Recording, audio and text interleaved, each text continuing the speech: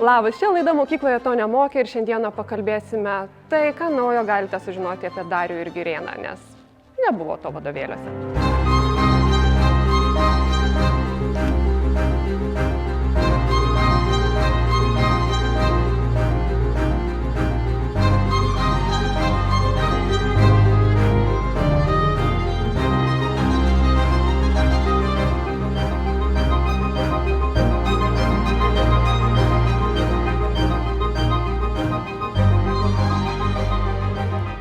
Darius ir Girėnas - garsiausias Lietuvos tandemas, kuris nusileidžia turbūt tik Vytautui ir Jogailai, ir būtent Vytauto ir Jogailos garbei Žalgirio mūšiui Liepos 15 dieną 1933 metais, lygiai 523 metai po to, kai Vytautui Vokiečių ordinas kalaviją atnešė ir lietuviai padarė manevrą atseit bėgam, nusprendė skristi per Atlantą. Ir pirmiausia, pakalbėkime apie Dariaus ir Girėno biografijas, arba tiksliau Stepono Dariaus ir Stasio Girėno biografijas, o jeigu dar tiksliau tariant, tai Stephen William Darius, kuris kelis metus Jungtinėse Amerikos valstijose buvo žinomas kaip ir Steven Degutienė, ir Stanley Thomas Gurch, du Amerikos piliečiai, kurie nusprendė Lietuvos vardą skrendant per Atlantą garsinti. Ir pirmiausia, pakalbėti norėčiau apie Girėną, nes visi visada pirmiausia kalba apie Darių.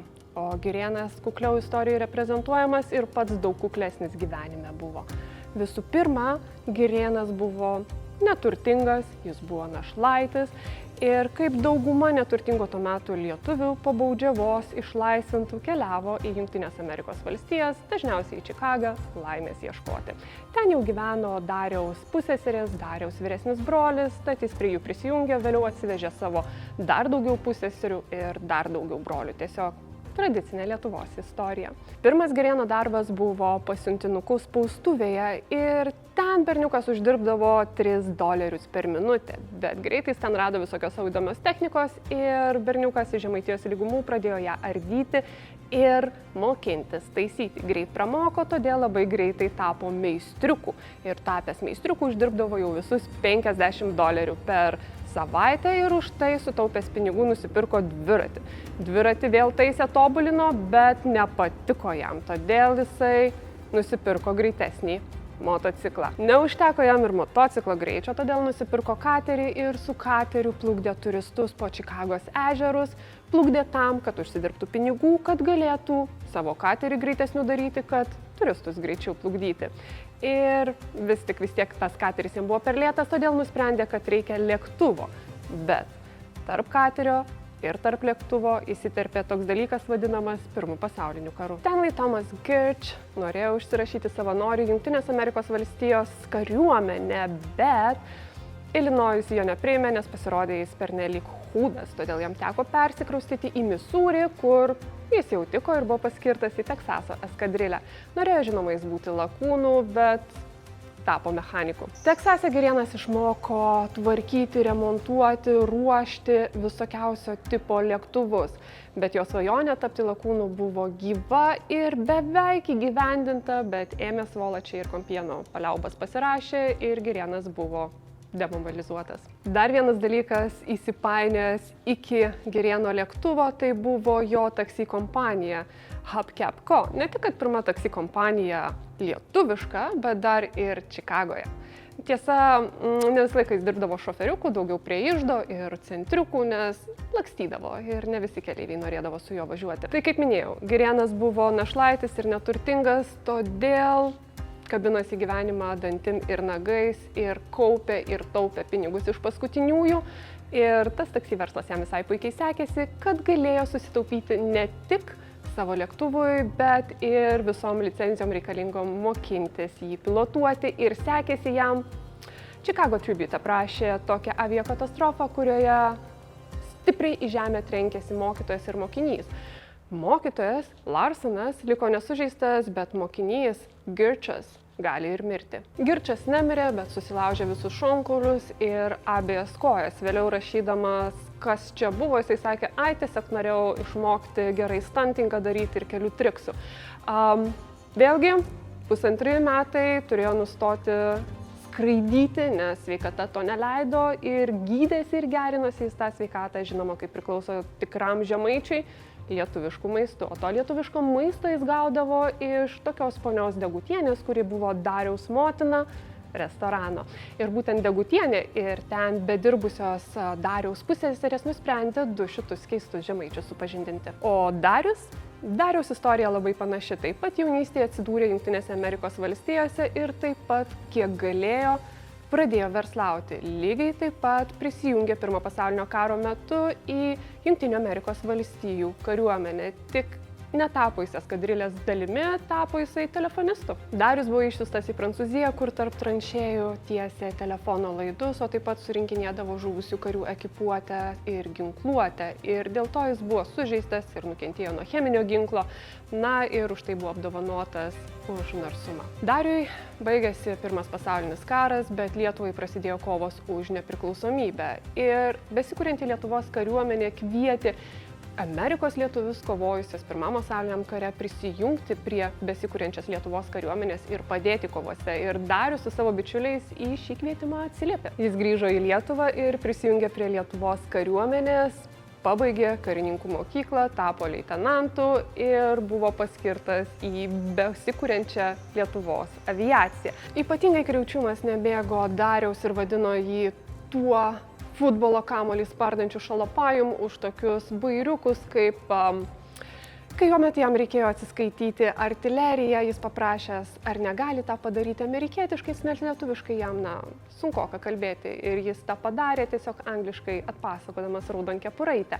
Arba iš savo žvalgo Sidaravičiaus, kuris lankė medicinos fakultetą, paprašė tiesiog paskolinti skeletą, kurį įsisodinęs jo vietą, priskrisdavo prie savo kolegų ir juos gąsdindavo. Nes čia toks jo judesiukas buvo priskristi kuo arčiau kolegos ir pasimojuoti sparnais. Kriaučiūnas Darių futbolo kamuolį spardančių šalapajum pavadino ne šiaip savo, nes Steponas Darius buvo Lietuvos rinktinės futbolo vartininkas ir kapitonas ir tarp kitko čempionas. Bet be futbolo jis taip pat čia atvežė ir amerikietišką futbolą, ir beisbolą, ir hokėjų, ir krepšiasvydį. Ir beje, krepšiasvydžio taisyklės parašė ir kitą dar vertimą jų parengė. Tik tiesa, krepšiasvydžio jis pats nežaidė, nes tarpukario Lietuvoje krepšiasvydis, cituoju spaudą, buvo bobų sportas. Ir kadangi jis krepšiasvydžio nežaidė, tai jisai treniravo ir teisėjavo. Ir vieną kartą teisėjavo moterų krepšinio varžybose ir ten prasižengė prieš tokią jaunutę, kuri nosim griuvo prieš jo batus, o pakėlusi galvą pasakė tik tais, ak, kokios žydros akys. Ir jau, jie susiženėjo, bet be to pačio Kriaučiūno leidimo, todėl Steponas Darius gavo parų pasėdėti. Ir taip jau išeina, kad Steponas Darius buvo vienas iš 3 lietuvių ant litų sėdėjusių kalėjime. Be Dariaus pasėdėti gavo dar Vilhelmas Starosta, kitaip Vidūnas. Ir visi aišku žinote, kad Lukiškėse Žemaitė parų buvo gavus. Ir dėl visų šitų jo bairiukų jisai buvo perkeltas į prastesnę eskadrilę, ten buvo prastesni lėktuvai, jų sauga buvo labai, sakyčiau, kvestionuojama. Vienu žodžiu, Darius dėl savo liberalumo ir laisvumo patyrė mobingą kariuomenėje. Tad nusprendė pasiimti ilgų atostogų ir važiuoti namo į Ameriką. Žmona ir dukra paliko Lietuvoje. Pletkai ėjo, kad ten jis turėjo kitą tokią Miss Filadelfijos lietuvaitę. Darius į Jungtinės Amerikos valstijas grįžo pro Paryžių, kur pats savo akimis liudijo, kaip ten nusileido Lindbergas, žmogus pirmą kartą solo įveikęs atstumą JAV Paryžius. Ir čia aš drįstu teigti ir svajoti, kad būtent Darius čia nukalė savo idėją parodyti Kriaucevičiui, ką Lietuvos kariuomenė prarado. Grįžęs į Jungtinės Amerikos valstijas, Darius pradėjo skraidinti žmones, dirbo įvairiose su aviacija susijusiose kompanijose, dalyvavo aviacinėse šventėse, kol galiausiai 32 metais padarė savo apsisprendimą ir pranešimą, jau susipažinę su Girėnu, kad mes skrisim į Lietuvą. O po pusmečio prie jų prisijungė ir 3. Lituanikos įgulos narys, nes jo, buvo ir toks. Ir aišku, jūs visi gerai žinote Viktorą Jasulaitį, bičą, kuris iš Belankos pacemakerio padarė Lituaniką. Viktoras Jasulaitis taip pat buvo Amerikos lietuvis, kuris dirbo Wrightų aviakompanijoje ir jisai ruošė tokio tipo lėktuvus pritaikytus ilgom kelionėm. Ruošė jis ne tik skrydžiam per Atlantui, bet ir pirmąjį lėktuvą, kuris atskrido visą mūsų gaublį. Taigi, skrisim į Lietuvą, bet reikia turėti su kuo skristi, todėl Darius su Girėnu nusipirko savo Belanką pacemakerį už $3200, arba, kad būtų lengviau suprasti, nedidelio namuko Čikagoje kainą. Bet lygiai dar vieno tokio pačio namuko reikėjo tam, kad būtų galima pakeisti visas dalis ir modifikuoti lėktuvą, pritaikant jį skrydžiui per Atlantą. Ir dar vieno namuko, jau trečio, reikėjo tam, kad būtų galima pakeisti variklį į ekonomiškesnį, galingesnį ir lengvesnį. Už visus šitus darbus kaip tik ir buvo atsakingas Victor Jasulaitis, labai patyręs mechanikas, kuris ir Wiley Posto lėktuvą, kaip minėjau, to bičo, kuris aplink pasaulį pirmą kartą apskrido, sukonstravo. Tam reikėjo labai daug pinigų ir lakūnai rengė įvairias šventes, kartais net nuostolingai stengdamiesi surinkti kuo daugiau lėšų skrydžiui finansuoti. Ir daugiausiai rėmė pavieniai Amerikos lietuviai. Lietuvos neypatingai. Auka buvo viena kita ir netgi oficialūs Lietuvos aviaklubai ar kažkokios įstaigos ir organizacijos nerėmė.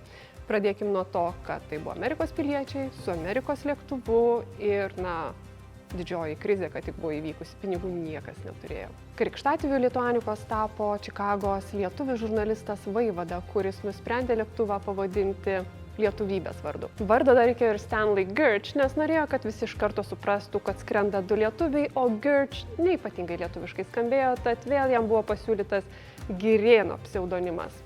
Tik porą dienų prieš skrydį. Na gerai, ir iš tikrųjų dar reikėjo toną dokumentų sutvarkyti. Pirmiausia, Dariui reikėjo sutvarkyti visus leidimus išskristi iš Jungtinių Amerikos valstijų, ką jis šiaip tyčia ir nepadarė iki galo, o taip pat reikėjo Dariui su Girėnu tarpusavio santykius teisiškai išsiaiškinti, nes, jie buvo partneriai, bet ne bičiuliai.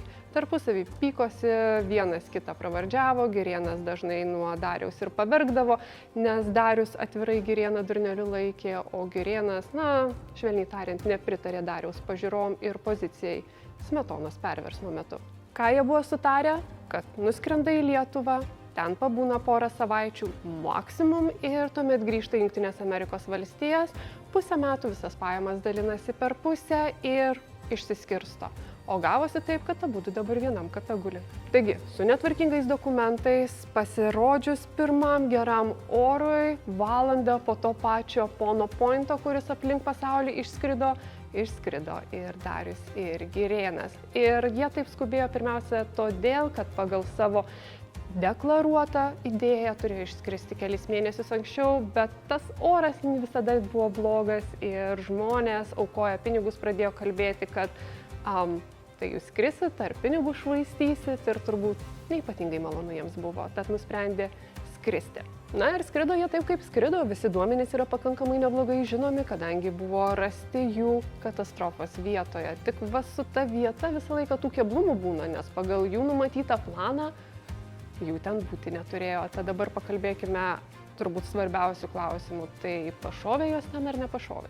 Taigi Liepos 17 dieną Kauno aerodrome laukė susirinkęs trečdalis Kauno. Laukė, nesulaukė, tuo tarpu Soldine grybautojas rado Lituaniką. Rado ir 3 pasus – Stephen William Darius, Stanley Girch ir Victor Jasulaitis. Todėl iš pradžių buvo pranešta apie 3 Amerikos piliečius žuvus nukritus amerikiečių lėktuvui. Tik kažkodėl nutiko taip, kad tuos Amerikos piliečius ir amerikiečių lėktuvą atidavė Lietuvai. Painiavos ten buvo daug. Iš pradžių patį tyrimą pradėjo nacistinė Vokietija, vėliau prisijungė ir atvykę lietuviai ir buvo suformuota didelė komisija, kuri turėjo ištirti, kas nutiko Lituanikai.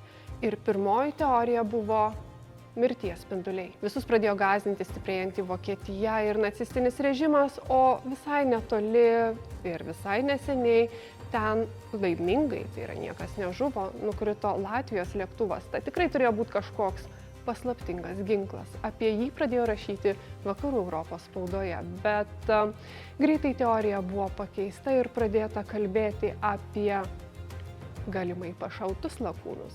Dar viena iškelta teorija buvo, kad jiem pasibaigė kuras, nes iš tikrųjų jie nukrypo nuo kurso ir taip kuro jiems buvo likę neypatingai daug, bet tikrai dar nebuvo pasibaigęs. Variklio gedimas taip pat buvo svarstomas. Tiesa, padarius išsamius tyrimus paaiškėjo, kad variklis nebuvo sugedęs, nes smūgio metu propeleris sukosi, o taip pat ir pats konstruktorius Jasulaitis garantavo, kad su varikliu viskas buvo tvarkoje. Dar viena iš skelbiamų teorijų, kad sugedo aukštimatis, nes fronte buvo audra. Iš tikrųjų, visai neseniai paskelbus duomenys meteorologijos paaiškėjo, kad audra buvo daug toliau negu matyta. Dar viena iš priežasčių galėjo būti pervargimas, nes savaime suprantama, skrydis buvo sudėtingas, ilgas ir komplikuotas. O ir, skrido jie nepatogiai, sėdėjo ant kuro bakų, tik prisipūtę paduškėlės, maisto taip pat turėjo net per daugiausia, sumuštinius į jautieną vištieną, krepšelį vaisių, kakavos, viskio, kuris gal ir galėjo prisidėti, bet kas čia žino.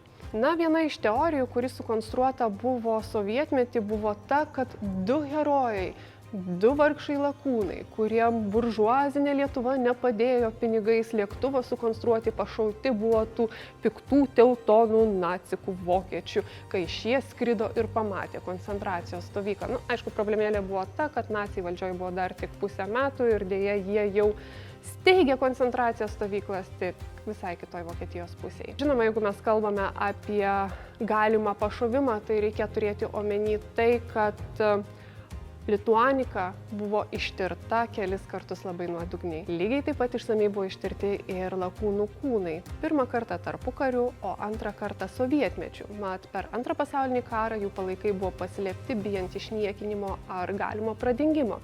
Ir patikėkit manim, jeigu Sovietų sąjungos valdžia būtų žinojusi apie kažkokias keistas kulipkas ar žymes paliktas jų, tai jie tą būtų, patikėkit, propagandai išnaudoję. Bet negalėjo, nes jų nerado. Taigi, kas iš tikrųjų nutiko Lituanikai, turbūt iki galo nesužinosime, bet panašu, kad visko po truputį, apart tų kulipkų. Lakūnai turėjo būti pavargę, nukrypę nuo kurso, ieškojo tamsioje vietoje, kur nusileisti ir sparnu kliudę pušies viršūnės krito žemyn. Suradus Lituaniką ir jų kūnus, iš pradžių niekas nežinojo, ką reikėtų daryti.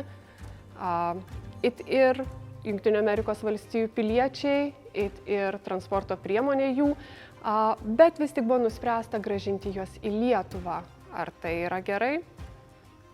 Turbūt ne. Jungtinės Amerikos valstijos per daug ir nepyko, kad Lituanika ir palaikai liko Lietuvoje, nes visų pirma, per vėlai susižiūrėjo, visų antra, nenorėjo pykti su Vokietija. Ir jeigu dar šiek tiek pagrįžti prie visų konspiracijos teorijų, tai tie, kurie už pašovimą labai dažnai išmeta, kad žiūrėkit, Darius dokumentų nesutvarkė ir Vokietija nesitikėjo sutikti šio lėktuvo savo erdvėje, bet pamiršta tokį dalykiuką, kad leidimo skristi per Vokietijos teritoriją reikėjo Lietuvos lėktuvams. Tuo tarpu ten skrido amerikietiškas. Ir kada mes kalbame apie Lituaniką, Darių ir Girėną, visą laiką reikia turėti omeny, kad tai yra bendras Lietuvos, Jungtinių Amerikos valstijų ir dėja dėl įvykusios katastrofos Vokietijos reikalas. Ir tik suprasdami bendrą to meto situaciją ir geopolitinę aplinką, galime plačiau ir išsamiau suprasti ir Lituanikos, ir mūsų Lietuvos istoriją. Tai tikiuosi apie Lituaniką bei 3 įgulos narius sužinojote daugiau negu rašė vadovėlyje, o apie ką dar norėtumėte sužinoti,